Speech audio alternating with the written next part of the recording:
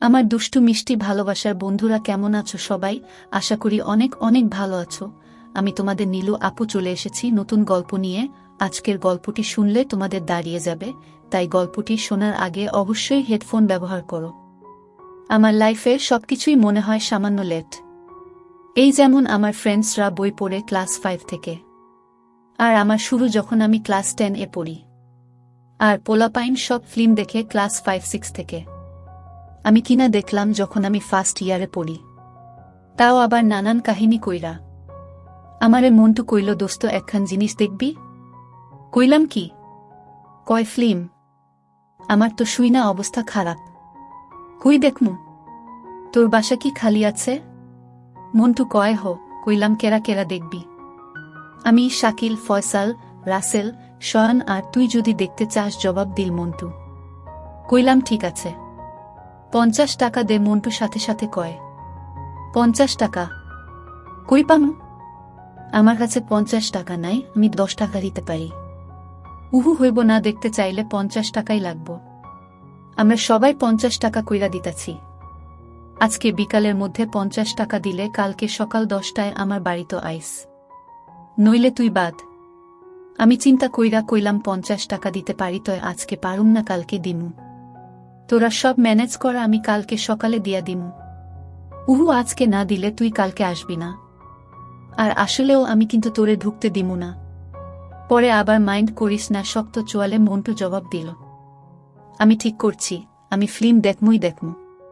কইলাম দোস্ত 50 টাকা না দিয়া আমি তোর রুমে না ঢুকলেই তো হয়। তুই অ্যারেঞ্জ কর, আমি টাইম মতো আয়া পড়মু। মন্টু শিওর যে আমি দেখমু, কারণ ও জানে আমি এগুলান অহনো দেখি নাই। ওর লগে প্রায় বাংলা বই ভাগাভাগি করতাম। আমি কিনলে ওরে দিতাম, ও কিনলে আমারে। আর আমিও জানতাম মন্টু যখন কইছে ও ঠিকই অ্যারেঞ্জ করব। আর আমিও ঠিকই দেখমু, পয়সা দিলেও না দিলেও। তবে আমি ছোটবেলা থেকেই একটু বেশি স্ট্রেট। আমার কাছে পয়সা না থাকলে আমি কারো পয়সায় কিছু করি না। পয়সা ম্যানেজ করার চিন্তা মাথায় নিয়া বাসায় গেলাম। দুপুরে খাইলাম, এরপর আম্মুরে কইলাম, মা আমার 50 টাকা লাগব। কেন? না মানে আমার বন্ধুর জন্মদিন, ওরে কিছু দিতাম। আর কি কি দিবি? দেখি কোনো উপন্যাস দিমু। আম্মু বলল, কবে জন্মদিন? কালকে। উত্তর দিলাম, টাকাটা আমারে এখন দাও, আমি বিকালে কিছু কিনা রাখমু। আম্মু 50 টাকা দিল। ওই দিনই বিকালে মন্টুরে টাকা দিলাম। কইলাম মিস যেন না হয়। বিকালে মর্টিন কয়েলের 2টা খালি প্যাকেট রে বই সাইজের বানাইয়া রেপিং কইরা বাসায় আইলাম। আম্মু কয়, কি বই কিনলি দেখি? আমি কইলাম, রবীন্দ্রনাথের নির্বাচিত কবিতার বই। আম্মু কয়, দারুণ, খোলা, আমি আজকে রাতে পড়ে কাল সকালে তোরে দিয়া দিমু। কইলাম, অসম্ভব, এটা খোলা যাবে না। কেন? কেন মানে এটা একজনের গিফট। গিফট তো কি হয়েছে? আমি তো আর খায়া ফালামু না। কইলাম, না, এটা ওর জন্য কিনছি, ওরে দেই, পরে ওর কাছ থেকে তোমারে আয়না দিমু। আম্মু রাজি হইল, আর আমিও হাফ ছেড়ে বাঁচলাম। পরদিন সেই মহেন্দ্রক্ষণ রাপিং করা বই, আসলে কয়েলের বাক্স, নিয়া মন্টুর বাসায় গেলাম। যায় দেখি সবাই আছে। কিরে জয়, তুই এইখানে কি করস? আমি কই, আইজকা তো পার্টি, গিটার মিটার বাজামু, তাই আইলাম। মন্টু কয়, তোর হাতে কি? কইলাম, তোর জন্মদিনের গিফট। গিফট? আমার জন্মদিন? কি কস? আমার জন্মদিনই তো সেপ্টেম্বরের 22 তারিখ। আর আইস হইল এপ্রিলের 12 কেমনে? কইলাম, আমি তো জানি তোর জন্মদিন আইসকা। ধরনে, তুই আমারে জীবনের পয়লা ফিল্ম দেখাইতাস, তাই তোর লাইগা আনলাম, এইটাও তো একটা উপলক্ষ। আর কি, সবাই তো। মন্টু যথারীতি তার উপহার খুলল, আর সবাই সাথে সাথে হাসাহাসি শুরু করল। মন্টু তো রাইগা গেল, কয়, মর্টিনের বাক্স, তাও আবার খালি। আমি তো মনে করছি তুই বই তুই নিয়ে আইস, তুই বাইর হ, তোরে আমি দেখামো না। তখন ওরে সব কইলাম, আর সবাই হাসতে হাসতে গড়াগড়ি খাওয়া আরম্ভ করল। তোর আইসকা জন্মদিন না বানাইলে আমার তো আর ফিল্ম দেখা হইত না। তুই তো আর আমারে মাগনা দেখাইতি না। মন্টু কয়, আসলে আমি অ্যারেঞ্জ করছি ঠিকই, তয় টাকা তো তুই পুরোটা দিস। আমরা সবাই মাগনা দেখতাছি। মানে 50 টাকা দিয়া ভিসিআর আর টেপ ভাড়ায় আনছে, আর পুরা 50 টাকা আমার কাছ থাইকা নিচ্ছে, আবার হাসাহাসি। এইবার আমি ফান্দে কইলাম, প্রবলেম নাই, চালু করো। 21 ইঞ্চি কালার টিভি স্ক্রিনে আমার চোখের পর্দা আটকা গেল। একটা বিদেশি কন্যা গাড়ি থাইকা নাইমা দুলাইয়া দুলাইয়া হাইটটা একটা রুমে ঢুকতাছে। পেছনের অর্ধেক দেখা যায়, আমার চোখ আটকায়। রুমে 3টা পোলা, সবাই তখন চুপ কইরা টিভি দেখতাছে, ফিল্ম দেখতাছে। কন্যা এইবার পোলাগোলগে শুভচ্ছ বিনিময় টাইপ কথা শুরু করল। একটু পরেই একটা পোলা হাত দিয়া কইলা, ওয়াও ইউ হ্যাভ নাইস। কন্যার মুখ ভরা হাসি। এরপর আস্তে আস্তে কন্যার বদন থাইকা সব কন্যা নিজেই খোলা আরম্ভ করল। সবুজ কালারের টি শার্টের নিচে চকলেট কালারের আর সেম কালারের উপরে এই দুইটা যা লাগতাছে। মনে মনে ভাবি, পেছন থেকে রাসেল কয়, কি অবস্থা মাম্মা? আমার তো অবস্থা বেগতিক। জিন্দেগির প্রথম চোখের পর্দা আর টিভির পর্দা এক হয়ে গেছে গা। কন্যা এইবার হের প্রমাণ সাইজের পাহাড় দুইটা আমার চোখের সামনে হাজির করল। আমি নিজেরে ফিল্মের নাজক ভাবা শুরু কইরা দিছি, আর কি একটা পোলা হেই নিয়ে আলতো খাচ্ছে। বাকি পোলারা নিজের মন্টু কয়, জয় তুই কোনডা? আমি কই, আমি 3 নম্বর ডা। কন্যা কি সুন্দর কইরা খাইতাছে দেহস না। অনেকদিন আর এইসব দেখি নাই। এরপর আমি যখন ইন্টারমিডিয়েট পরীক্ষা শেষ করি, তখন আমার বাবায় আমারে একখান কম্পিউটার কিনা দিল। আমার রেজাল্ট ভালো হয়েছিল বইলা। তখন বাজারে সিডি অ্যাভেলেবল। শুরু হইল আমার দেখার মেলা। এত দেখছি যে কাউন্ট করলে বন্ধুদের সবাই ক্লাস 5 থাইকা যতগুলা দেখছে, তার চেয়ে বেশি হইব। আল্লাহর 30 দিন 3-4টা, কখনো কখনো আর 10টা কইরা দেখতাম। দিনে দিনে আমি থিওরিক্যাল প্রফেসর হইয়া গেলাম। কিন্তু কখনো কোনো মেয়ে সত্যিকার পাই নাই। পোলাপাইন প্রেম করে রুম ডেট করে আমার সেই অবস্থাও নাই। আমিও প্রেম করি, তয় আমার ডার্লিং থাকে আমার বাড়ি থেকে 90 কিমি দূরে, মানে পার্শ্ববর্তী জেলায়। তার উপর আমার প্রেম ছিল আবার মহান প্রেম টাইপের, পবিত্র ভালোবাসা। আর কি, প্রেমের প্রথম 3 মাস আমি ডার্লিংয়ের হাতও ধরি নাই। অন্য কিছু তো দূরের কথা। প্রেমের 7 মাসের মাথায় এক রিকশায় উঠি। আর প্রায় বছরখানেক পরে প্রথম সেই দিনের ঘটনা। আমি সকালে ওর সাথে দেখা করব বলে আমার বাসা থেকে বাসে উঠি। আগের রাতে মোবাইলে ওরে অনেকবার বলছি যে জানু, কালকে তোমারে আমি আদর দিমু। ও কয়, তাইলে তোমার আসার দরকার নাই। আমি কইলাম, ঠিক আছে, তাইলে আমো না। এত কষ্ট কইরা তোমার সাথে দেখা করতে যাই, আর তুমি আমারে একটু ভালোবাস না। নানান অভিযোগ শেষে জানু রাজি হইল। মনে মনে প্রতিজ্ঞা করি, আইসকে একটা দিমু। বাস চলতাছে। আমি বাসে বইসা বইসা ছক বানাইতাছি কেমনে কি করণ যায়। ওর সাথে দেখা মানে তো সেই রিক্সা ভ্রমণ। কেউ যদি দেখে, যদি মফস্বলের পাবলিক মাই শুরু করে। মনে মনে সামান্য ডরাইতাছিও। তবু ডিসিশন ইজ ফাইনাল। আইসকা জানুরে না দিলে বাঁচুম না। চিন্তা করতে করতে বাস জায়গা মত আয়া পড়ছে। বাস থাইকা নাইমে জানুরে ফোন দিলাম। জানু কই তুমি আয়া পড়ছ? একটু দাঁড়াও, আমি 10 মিনিটের মধ্যে আসতাছি। আমি একটা রেস্টুরেন্ট গিয়া মুখ হাত ধুইলাম। চা এর তেষ্টা অনেকক্ষণ যাবত। চা খেতে হবে, সাথে একটা সিগারেট। আমি তখন নতুন সিগারেট খাই, দিনে 2-3টা, এর বেশি না।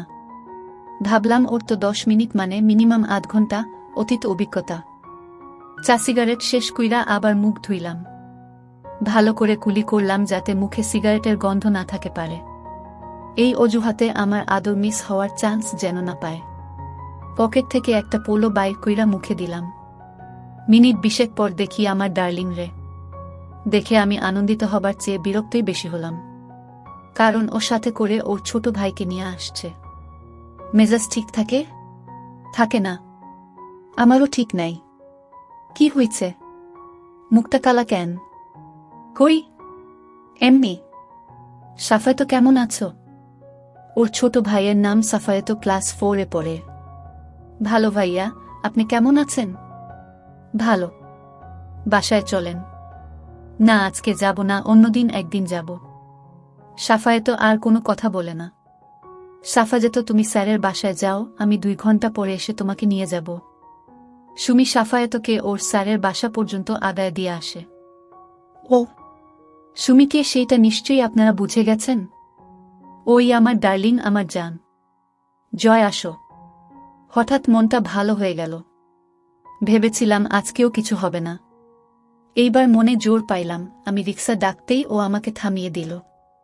আজকে আর রিক্সায় ঘুরব না। কেন? বাসায় চলে যাব, কাজ আছে। মানে কি? মানে সহজ, আমি আজকে তোমার সাথে বের হতে পারছি না। প্লিজ কিছু মনে করো না। আমি তো কি কয় মাইয়া, আমি 2 ঘন্টা বাস জার্নি কইরা আইলাম আর হে কয় আইসকা সম্ভব না। আমি উল্টা দিকে হন্টন শুরু করলাম। উদ্দেশ্য বাস স্ট্যান্ড। কই যাও? কই যাই মানে? জায়গা। তোমার প্রবলেম, আমি আর থাইকা কি করুম? ঈশ্বর কত! উনারে এখনই ছাড়লে তো। আমি জিগাইলাম তোমার প্রবলেম কি? তুমি কইলা বাসায় চইলা যাবা। তো যাও, খাড়ায়া খাড়ায়া ঠ্যাং ব্যথা করনের কাম কি? আমার হাত ধরে বলো চল। জিগাইলাম কই? কই মানে আমার বাসায়। তোমার বাসায়? আমারে কি পাগলা কুত্তায় কামড়াইছে? অহন তোমার বাসায় যাই আর তোমার বাপের প্যাদানি খাই আর কি। তোমার বাপ কিন্তু আমারেও চেনে, আমার বাপেরও চেনে। পরে আমার বাপের কাছে বিচার দিব। আপনার ছেলেকে দেখলাম আমাদের এলাকায়। তাছাড়া উনি আমাকে অনেক ভালো ছেলে জানে, তার সামনে আমি পড়তে পারমু না। পরে তোমার আমার বিয়াটা আর হইব না।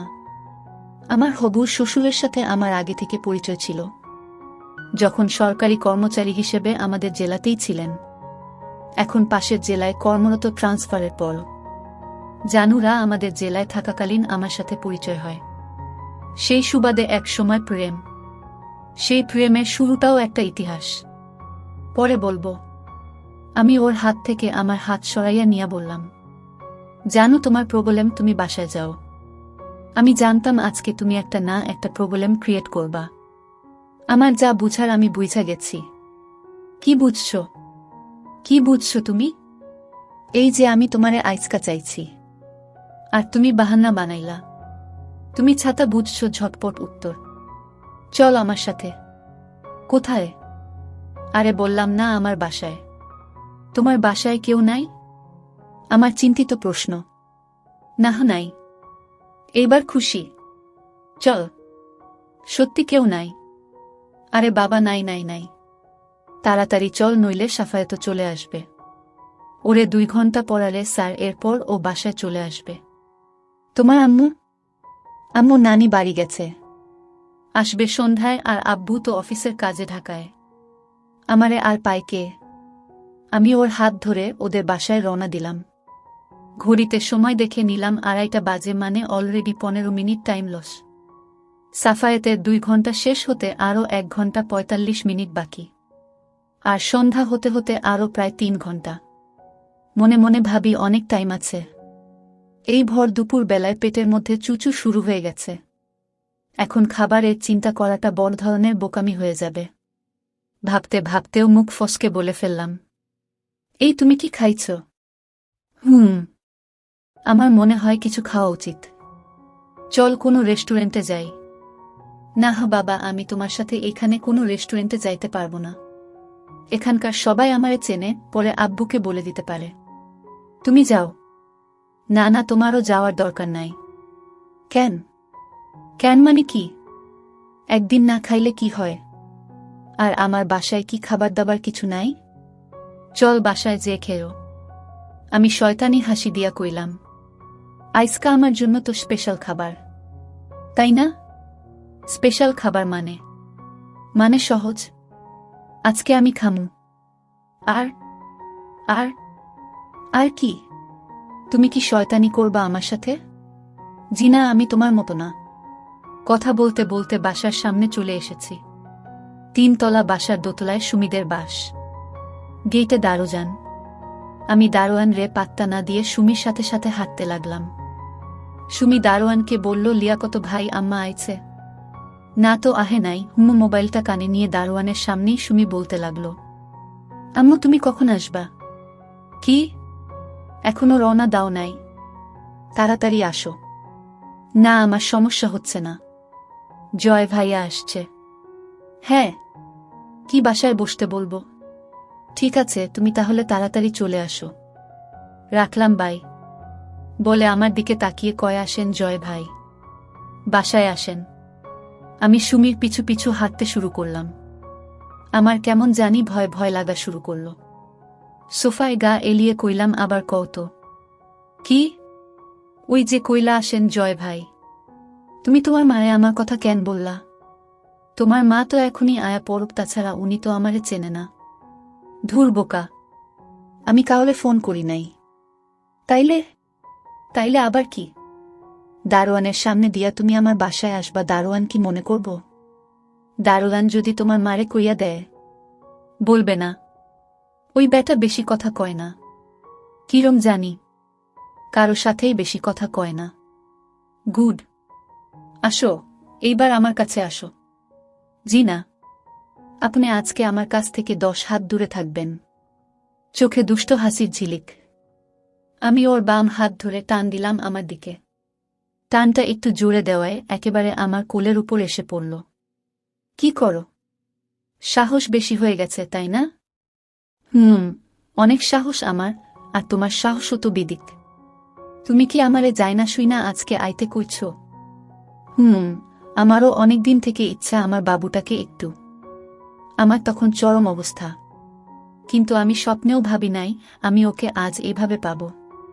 সুমির চোখের দিকে তাকিয়ে তাকিয়ে কথাগুলি ভাবছি। কি হলো? তোমারে দেখি। কি দেখো? তোমারে এই রকম আমি আর কখনোই দেখি নাই।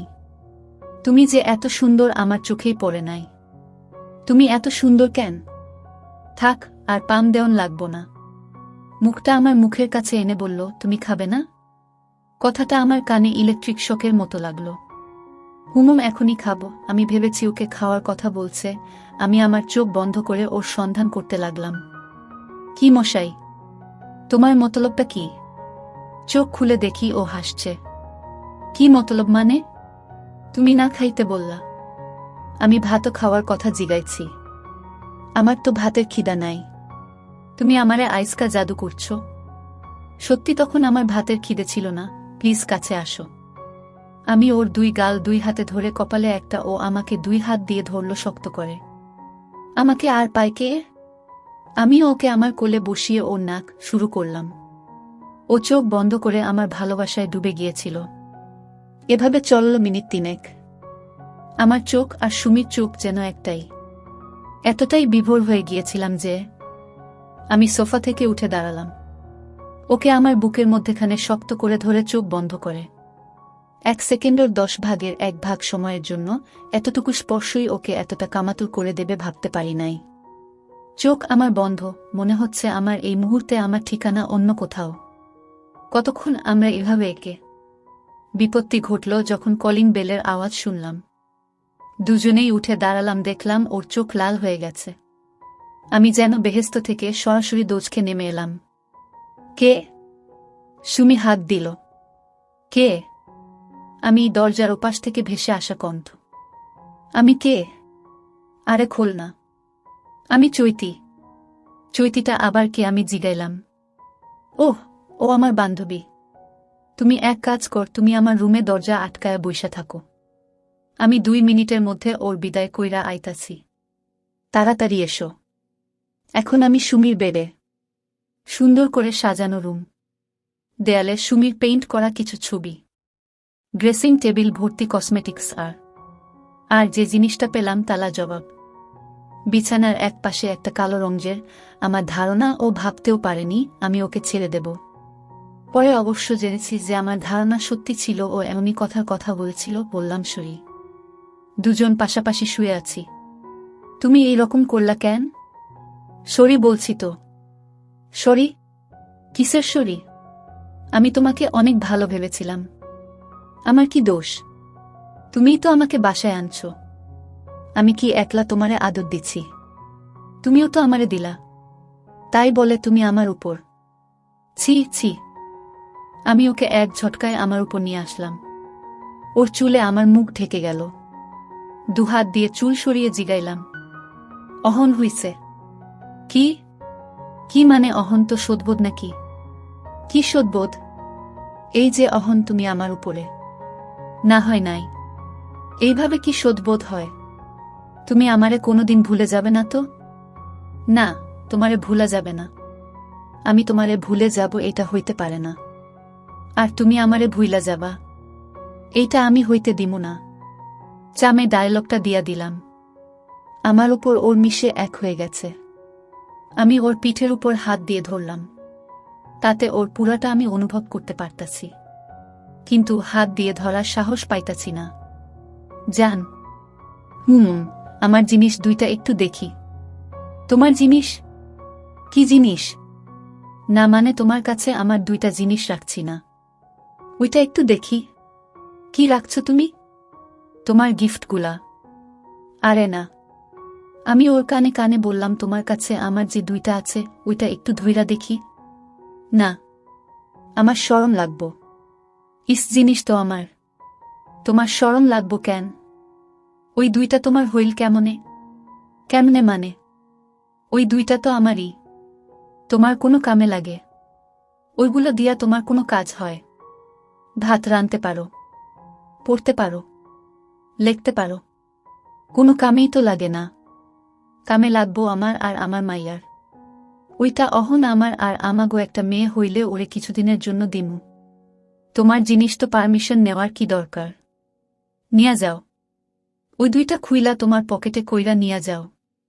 বাসায় বইসা বইসা যা করার কইরো। আমার হাতে আসমানের চানত পাইলাম। জিন্দেগির প্রথম কোনো হাত দিলাম। ও আমাকে ঝটকা মেরে উঠে বসল। কি হইছে? ওর সারা শরীর কাঁপতেছে। আমি ভয় পেয়ে গেলাম।